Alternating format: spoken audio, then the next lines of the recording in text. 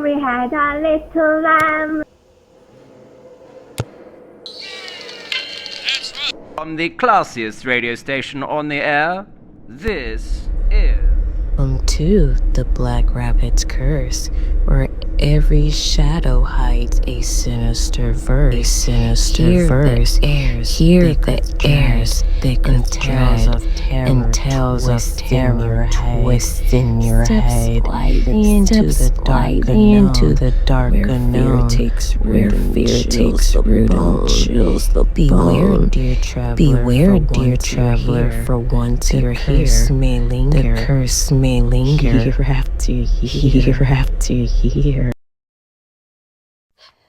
The plague of the ring around the Rosie, a rhyme sung by children in the playgrounds for centuries, a simple, innocent chant, but beneath its sing-song melody lies a tale of death, despair, and something much darker.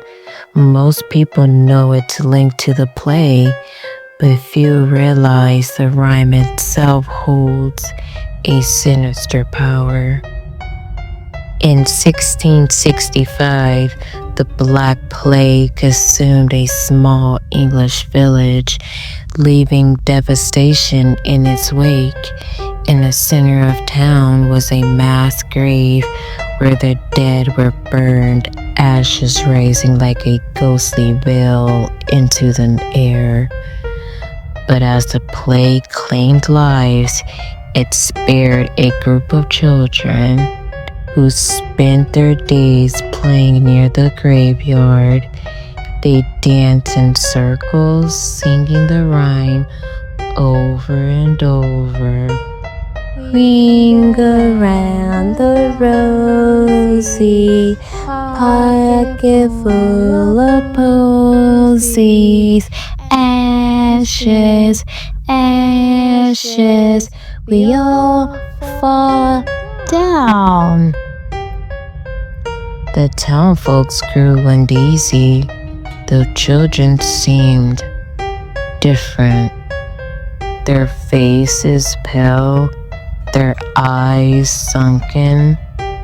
They laughed too much, and their voices didn't sound quite right. Too hollow, too distant. Some claimed to hear whispers late at night, voices that weren't human. Then, one by one, the children vanished. No bodies were found, only blackened patches of earth where they had last been seen. Villagers who went searching claimed to hear faint laughter in the wind.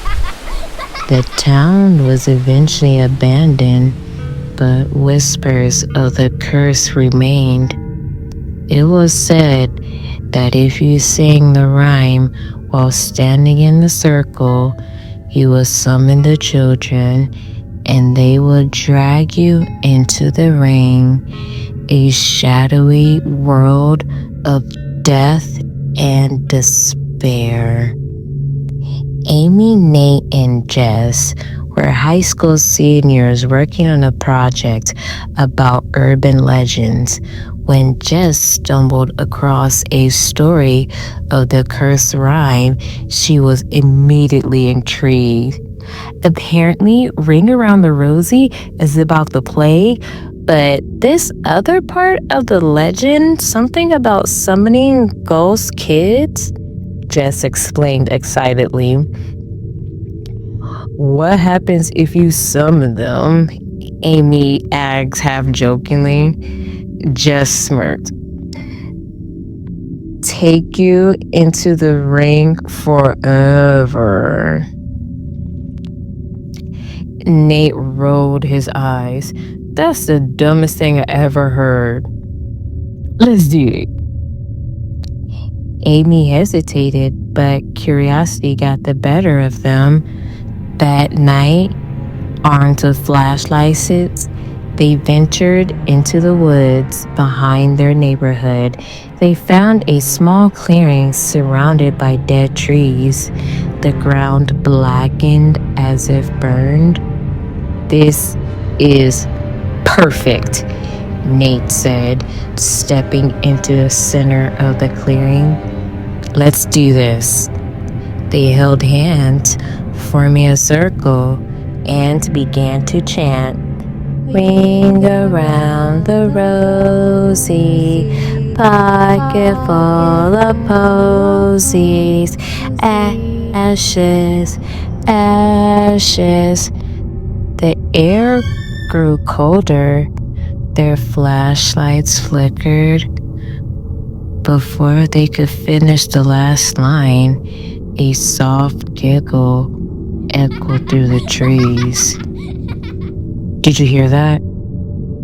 Amy whispered. "Probably just the wind," Nate said through his voice wavered. But then the giggling came again, closer this time. It wasn't the laughter of children. It was warped, overlapping, as if multiple voices were speaking at once. Shadows flickered at the edge of the clearing. Shapes began to materialize, small figures with ashen skin and hollow eyes. The children stepped forward, their movements unnatural, like marionettes controlled by invisible strings. Just stumbled back, breaking the circle. "This can't be real. This can't be real." One of the ghostly children tilted its head, neck cracking loudly. It held out its hand, filled with wilted posies, and began to chant in a raspy, sing-song voice. "Ring around the Rosie."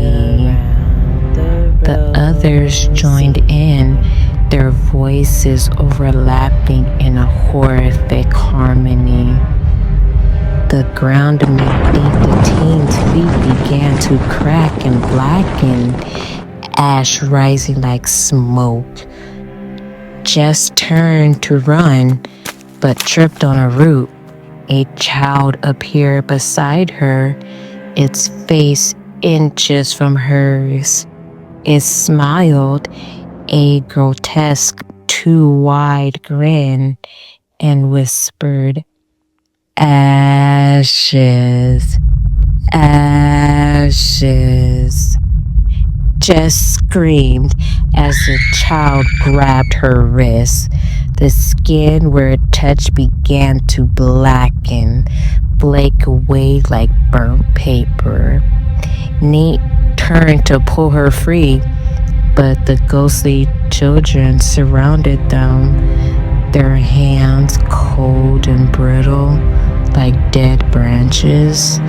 The ground beneath just split open, and she was dragged down into the darkness, her screams fading into silence.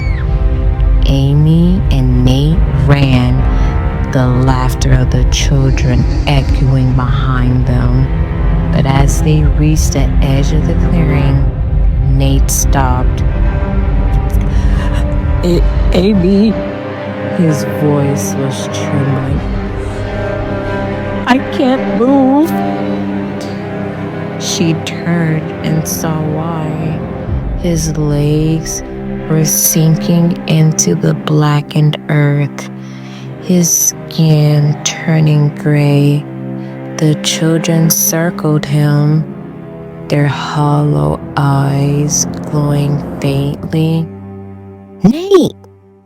Amy grabbed his hands, but it was no use. The children's chant grew louder, their voices distorting into a low, grunted growl. ashes, we all fall down. With the final word, Nate was pulled under the ground, sealing him as he had never been seen. Amy ran until she reached her house, slamming the door behind her. She barely slept, haunted by images of the ghostly children and the way Nate and Jess had been swallowed up by the earth. The next morning, she tried to explain what happened, but no one believed her. Nate and Jess were reported missing, their faces plastered on the news. That night, Amy woke to the sound of soft giggling outside her window. She froze, her breath catching in her throat. Slowly, she turned her head, and there, standing in the yard, was a circle of shadowy children. In the center stood Nate and Jess, their eyes hollow, their skin ash gray. They raised their hands in unison, pointing at her window. Ring around the Rosie. Amy screamed as the lights in her room flickered. Her parents rushed in. She was gone. All that remained was a faint smell of ash and a small pile of wilted posies on her bed. The rhyme wasn't just a song about the plague. It was a curse, a ritual that bound its victims to an endless, inescapable circle. Ashes, y'all. The plague is a... Sit here, heart still racing, eyes wide open. Remember, the terror doesn't end when the video does. You may try to forget, but the shadows have a way of following. The whispers grow louder each night, don't they? So go ahead, close your eyes, if you dare. But know this, you're not alone. Not anymore. But the Black Rabbit's curse has seen you, and it's waiting. So what happens when the lights go out? If you want to find out, make sure you come back. But next time, will you be ready? Sleep well.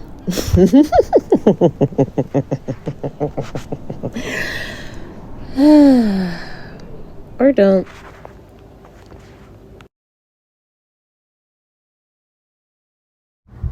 Sit